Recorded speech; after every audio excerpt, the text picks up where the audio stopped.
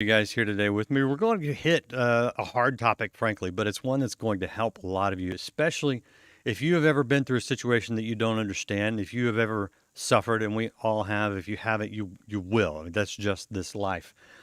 But the oldest book in the Bible is not Genesis. The oldest book in the Bible is Job, and that's a great book. I've read it so many times, and I'm just fascinated by different things every time I read it. But it's a book that we ask why. Hi, I'm Randy Robinson. I'm working through some things.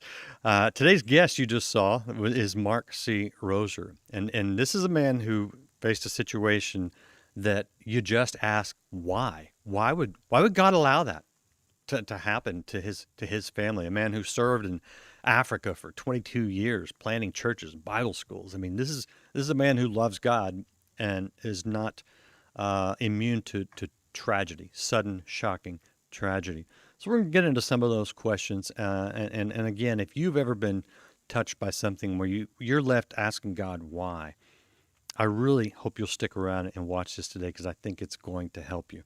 So, Mark, great to have you on Life Today Live. Thank you, Randy. I appreciate you having me. And I will mention, by the way, guys, chat is open if you're watching on a chat-enabled channel. So feel free to chime in if you have some questions. But Mark, I want you to tell us a story. Let me show the book. This is Blindsided, Mark's new book, just out in April. And the photograph there is significant. And Mark, I'll just let you tell the significance of the photograph and that loved one that is pictured there on the cover of the book. So you take it from here. So Ethan posted what became the cover of Blindsided on Instagram days before the accident. He's in downtown Chicago facing St. Peter's, obviously facing the cross, the crucifixion. He posted it on Instagram with these words: "Jesus, my God, turns my darkness into light." Little did we know that it was going to be his final days, and he was literally facing the cross. I got that call that every parent dreads, that nightmare call. Your son's been in an accident. Ethan was the youngest of four, older brother by 14 years and sister, like a second mom and dad, and another son, a little older than him. We went to Africa with two and had another two there. But when I got that call and the officer asked if I was sitting down, and he said, your son was in an accident, hammer throw accident, hit by an iron hammer throw during a track and field meet. Didn't even know what the hammer throw was. 16-pound steel ball, I later learned. But my heart was shattered. And, that question, Randy, it's just, I lie on the floor and I wept and I said, God, why do you allow me to be hurt like this? You've never hurt me like this before. My question was heightened too, because God had kept us safe for over 20 years in Africa. Many times, many ways I had seen God just protection, amazing protection. Ethan was very trouble-free. He had the older siblings that all loved him. His love tank was full. He was studying to be a pastor. That heightened the why question for me. And so that's the background and the nature of the accident. I mean, the papers called it a freak accident. Yeah. Who dies during the hammer throw? So I began to write, and that was therapeutic for me. I began to write just my experience and my question. Little did I know how God would answer my question. Yeah, well, and that's kind of what I want to get into because I don't know. I really want to hear from you because I know that for myself and for a lot of people that I've talked to that have been through horrible things, a lot of times the why it just puts you on that spinning hamster wheel and you never get any real resolution and really no satisfactory answer. You might get some good theological points, you might get some things that make sense, but it just doesn't never seem to do the job. Did your why lead you to any place fruitful? If it did, I'd certainly love to hear it.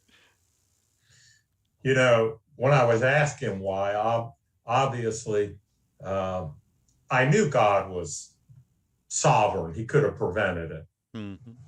He allowed it. He permitted it. He didn't cause it. I wrote a book on God's sovereignty during our Zimbabwe crisis. It was a series of messages in Zimbabwe to a local church. They were in the newspaper, and simply, yeah, a sparrow doesn't fall from the sky without your father. We know he's all powerful, and sometimes, and I've seen him intervene and protect. And so that also heightened the question. I had written a book on the devil called The Cleansing of the Heavens, and how Jesus at the cross had defeated the devil. We know that, like in Job's case, the devil was involved. He took Job's sons and his daughters and everything he had and his health. So that question in the early days was out of the pain and the hurt and the wanting to simply understand. I said, Lord, this boy would have served you for decades, and the fields are ready for harvest. He would have gone to the mission field, and the laborers are few. So it wasn't a question that I'm challenging God's right to do what he wants. Right. We belong to him, and what he allows. I was wanting, though, to cooperate, and we're in a covenant relationship with God, and he had kept us safe. And this is a point of difference, I think, Randy, when it comes to blindsided. And I appreciate you saying you can ask, because some Christians kind of like, don't ask, God's not telling. It's okay to lament. You can pour your heart out to God, let him know, and tell him how you feel, but don't expect an answer. I don't know that that's a true biblical reflection of what I find in Scripture. I began to study people who ask God why and the answers they got. And that's been since of late. It's been 4 years now. Yeah. And I wrote Blindsided those first 2 years. And my why question and the answers God gave me. And then I'm working on a book. They asked why. People in the Bible who asked why. You mentioned Job. Yeah. Job got an answer. Whoever wrote the book by his name found out that the devil said you would curse God if God took everything in the way of his blessings away from you. And God permitted Job to be tested by the devil on that accusation. And it got really close to home. I mean, even his wife says, are you still going to hold your integrity? Curse God and die. I mean, you talk about, and Job said, no, that's foolish. Shouldn't we receive not only good, but bad things? And he says, the Lord gives, the Lord takes. Blessed be the name of the Lord. Job didn't sin by saying that. But Job did ask why. And when he cursed the day of his birth, his friends who had been quiet, and I like what Rick Warren says, the deeper the pain and the loss, the fewer the words. They were quiet for 7 days. But then when Job started to vent that question, and I find when we do, in some circles, especially religious circles, it's like, you shouldn't be asking that, and you shouldn't be saying that. Yeah. But it's a point of difference. People in the Bible, Moses, he wanted to know why about several things. So did Jeremiah. So did others in the Bible, and even Jesus on the cross, which we can get to. He quotes Psalm 22. I mean, clearly, God's not afraid of our question. Sure. I think the difficulty is that we're not always sure of his answer. We're not always satisfied with his answer, or sometimes lack of an answer. There is some mystery. One thing that happened through our loss, especially surrounding my dad, who was especially feeling the acute pain of losing a child, is there were some things like Job that were said that were simply not of God. And they were often said by Christians. They are often they were occasionally couched in spiritual language or even pretending to speak for God, clearly not of God. Did you face any of that? Did you get any errant or just really bad or wrong things said to you from other believers? By and large, the things that were said to us were encouraging, although there was the question, somebody said the murderer Mm, took your son. And obviously, I know the devil's hands involved in an accident like that. But we also know that the devil can't just do what he wants. right. He's given permission and he's also limited in what he can do. Hmm. So the why question for God, uh, as I began to get the book out, and it's been doing very well. I mean, about 100 books a day. I'm getting a lot of feedback, which is fascinating feedback I from bet. mostly Christians. Yeah. And because the little blitz on the point of difference that you can ask why, and God has answers, touches a nerve in people. Yeah. Yep. Did you ever get a good answer, in your opinion, to the why? I mean, why? Especially from Ethan's perspective. Okay, a I young man. got a life giving answer that's helped Okay. me cooperate with God. Oh, let's hear it. Well, they say, don't tell somebody the part of a movie if you want them to watch it. That's the most significant. I think that applies to a book as well. But I mentioned the cover, and it's like this had been staged ahead of time. Yeah. Yeah. And I was given, and my wife, a tapestry of answers over a period of time. Hmm. My wife summed it up at the end of the year. She says, like, God's had an ongoing conversation with us. Hmm. I'll mention this. We found things that Ethan wrote to God that I had given him in writing at Christmas, things I had forgotten about. A love letter he wrote to God, things we found in our house, things from years early, recent things like his posting on Instagram. And it gave us the answer that helped us see we can cooperate with God's redemptive purpose. Hmm. You know, I mentioned Job got an answer, and we saw the purpose of God. It says in James, you see the end of the Lord, his purpose in this.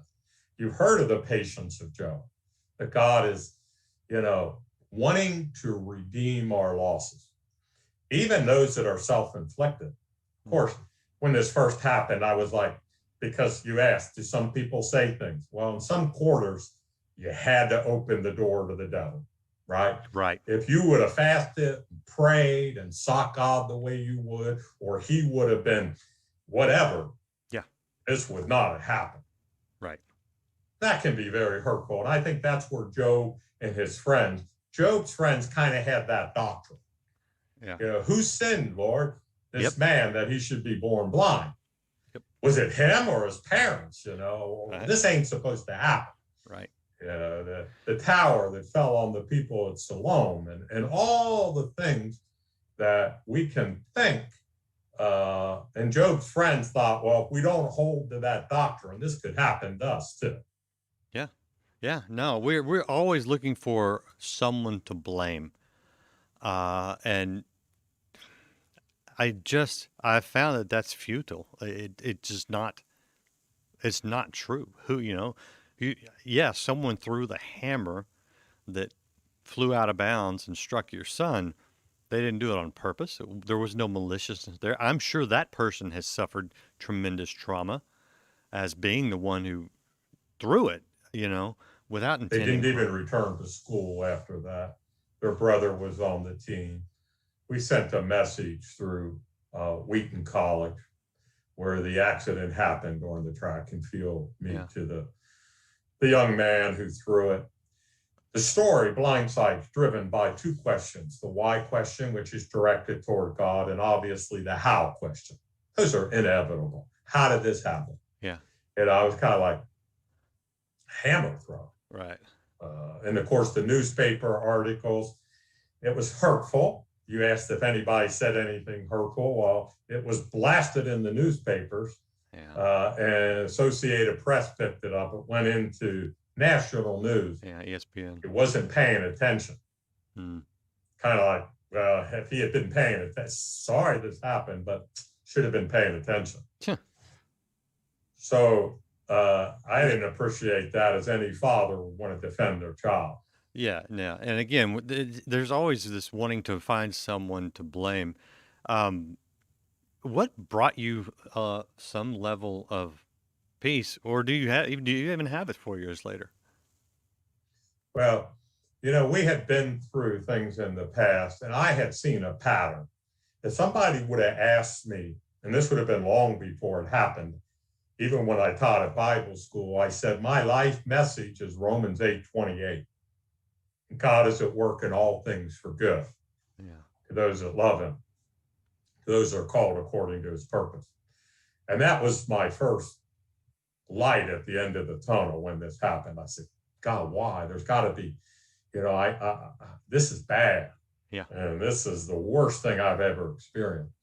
Well, it brought me, Randy, closer to the cross as well, because if you want to know something bad that's happened on earth, it's the worst thing that's ever happened on the planet. The sinless Son of God, through whom all creation was made, who came and only did good, to be murdered by sinful hands and for our sin. I mean, but God uses the worst to bring about the very best, our salvation. And I mentioned this as far as insights. I understand how God feels about delivering his son up for our sin. I understand it on an emotional level. I always got it rationally. He's the only way to the Father. There's no other name.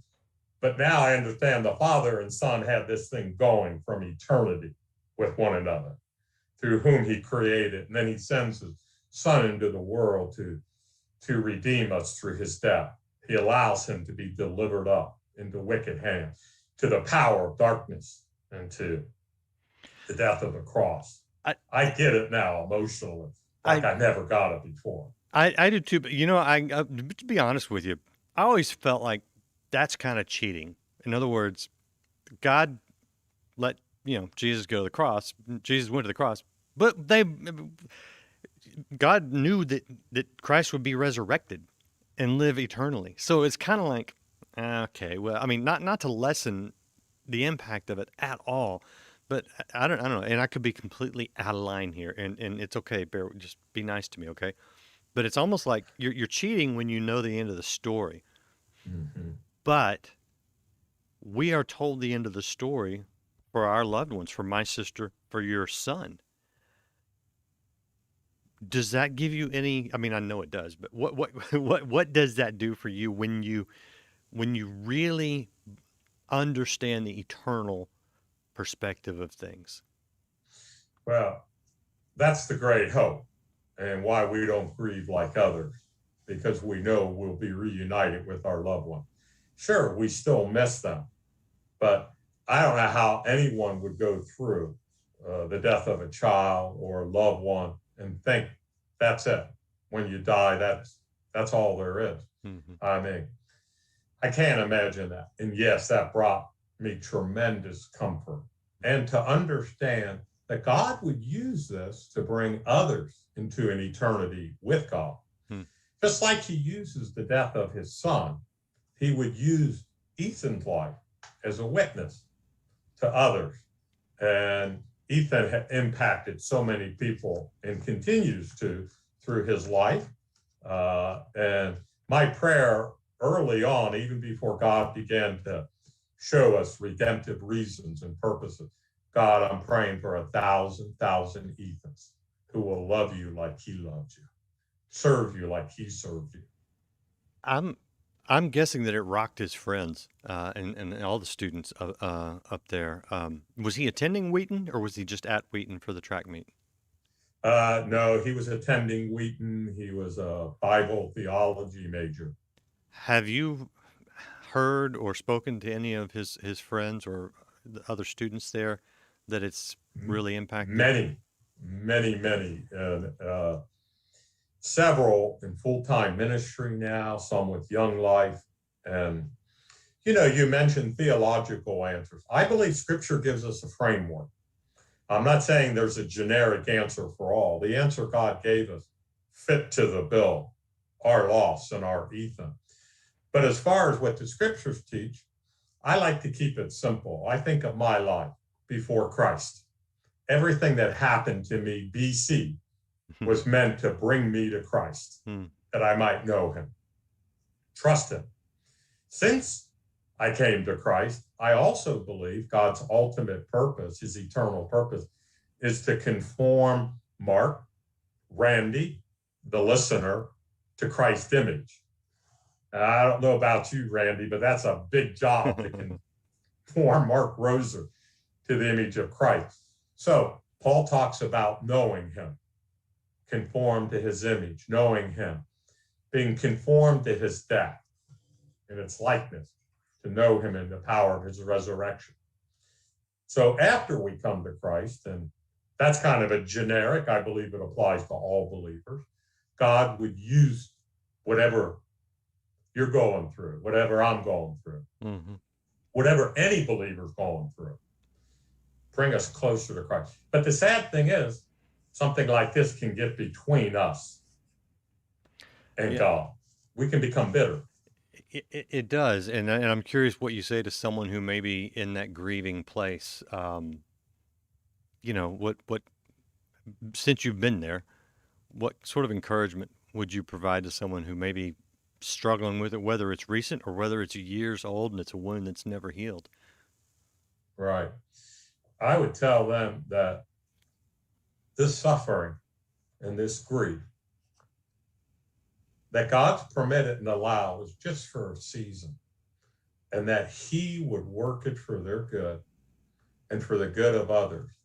That, yes, it's testing their faith and their love for God, but they will be blessed if they'll endure it. And no eyes seen, no ears heard, not even entered into the heart of man what God's prepared for those that love him.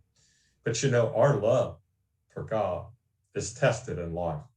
And we mustn't allow what the devil intends to harm us. We know the story of Joseph, that God would use for good, and he can do it. He can bring good out of the worst. And what does even that look like for you? Do you think, and for all of us, because it's not they say you'll eventually get over it, and I think that phrase is a little off because there's always the missing, right? Right. So just in a more specific way for you, is it what is it that gets us to the point of allowing the good to come out of it as opposed to staying in the pain eternally? Well, you're right, Randy. And it's a disclaimer. When someone carves a place out in your heart, you're a parent, you lose a child, you've seen them from the time of their birth, you're going to miss them. And the answers don't bring back their presence. But knowing that you're going to see them again, we've mentioned that. And my perspective, it was my loss at first, but I understood it was Ethan's gain. I mean, he couldn't be in a better place with a better person. It was his, he'd have been 24 yesterday. It's his birthday on the 12th of July. Wow. And That's sure, hard. you always think about them, what they would have done and accomplished. But when I came to Christ and committed myself to him and knew he wanted to use my life to bring others to Christ, that's been my greatest comfort, is to see others come as a result of my son's death, to be able to see others comforted through the message of Blindsided, to see people helped conform to that image of Christ, either coming to Christ and trusting him or taking the next step in hearts being healed and mended. Jesus came to heal the broken heart. He knows what it's like to have a heart broken. Yeah, and I think that kind of takes us back to sort of the ultimate answer as two people talking who have lost a loved one, those who are watching right now who have lost a loved one as well, and are struggling with it, you've heard both of us give sort of our answers, our questions, the things that maybe brought us comfort, but we can't actually give that comfort to you. And I think this is the bottom line for me, for anybody in this situation. You've got two choices. You can move away from God, and by doing nothing, you're kind of sliding backwards in a sense, or you can move to God, because we can't fully comfort you. We can't fully give you the answers. Only God can. And if you're hurting today, I think the best thing that you can do is end this interview here in a second with us, and then just go sit with God and tell him how you're feeling. Ask him your questions. Give him your pain. He's not offended. He already knows what you're going through. He knows. You're not going to surprise him. You're not going to shock him. What he wants more than anything is what Mark and I would want as parents if our children were in pain, which is to come to dad, come to daddy, just let me hold you a little bit. Do you see that, Mark? Do you see that when people take their pain to God, that's where the only place they find any sense of peace and comfort? If I could just add this, Randy. Please do. And I think it's relevant. We all draw life out of things, right? We might draw life out of family, out of a significant relationship, out of an activity. And we know about, even as a society, when the things we draw life out of are taken away. We're glad things are getting back to normal, but sometimes things are taken away that not going to be normal until eternity. Mm-hmm. And those things that we draw life out of, when they're gone, like we've experienced with COVID, God is the real source of life and satisfaction. It'll take us deeper, Randy, as you're saying. And you're right. That vacuum, we're either moving forward or we're moving away. Mm-hmm. Yeah. And I know I'm going to see my son again. Sure, I miss him. But he fulfilled God's purpose in life. I want to fulfill mine now. It's prodded me to live my everyday for Jesus, more so than even when I was a missionary on the mission field. That's good. You guys can check out mcroser.com, mcroser.com. That's in the chat for those of you who have the chat enabled. And you can pick up Blindsided, which is Mark's story. It's Ethan's story. It's a lot of our stories, but it's it's God's story. Hard. Yeah, it's God's story. Yeah, it's the story of his son, his suffering. Well, that's good, Mark. Thank you. I appreciate you being willing to share. I know it's not easy. It's never easy, but it's a healing work that you're doing. So thank you for that. Thank you. I appreciate you having me, man. Yeah, and I appreciate all you guys hanging around. Be sure to come back. I've just booked some really great guests coming up real soon. A.R. Bernard, Laura Story, Chip Ingram. I mean, it's a good roster this month. So keep coming back. If you know somebody who's facing some difficulty, who's maybe lost someone, you might want to pick up Blindsided, share the interview, and please, if you haven't subscribed or followed, do that now, and we'll see you again with more here to encourage you, lift you up on Life Today TV. See you next time.